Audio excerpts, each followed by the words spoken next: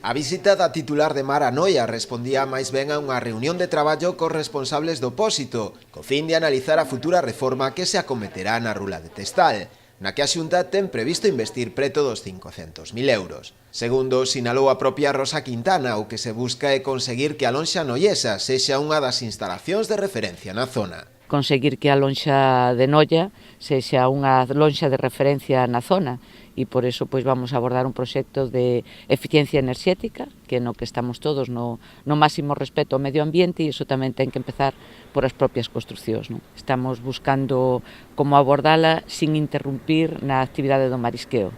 porque, como ben sabedes, Noia, eu creo que a empresa máis grande que temos nesta zona,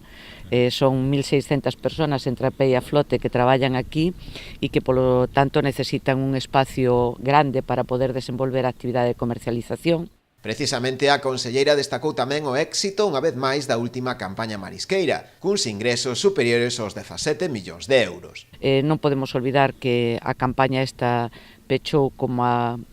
unha das millores da serie histórica dos últimos 10 anos, non chegou aos niveles de facturación da campaña 17-18,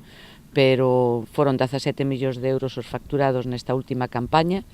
que supón, pois, na media dos 10 últimos, un 60% máis de descargas e un 40% máis de facturación. O patrón maior noiés aproveitou tamén a visita para solicitarlle outras melloras para o Pósito, entre as que se atopaba a reactivación do semilleiro. A reactivar o semilleiro, tamén que o vamos tocar,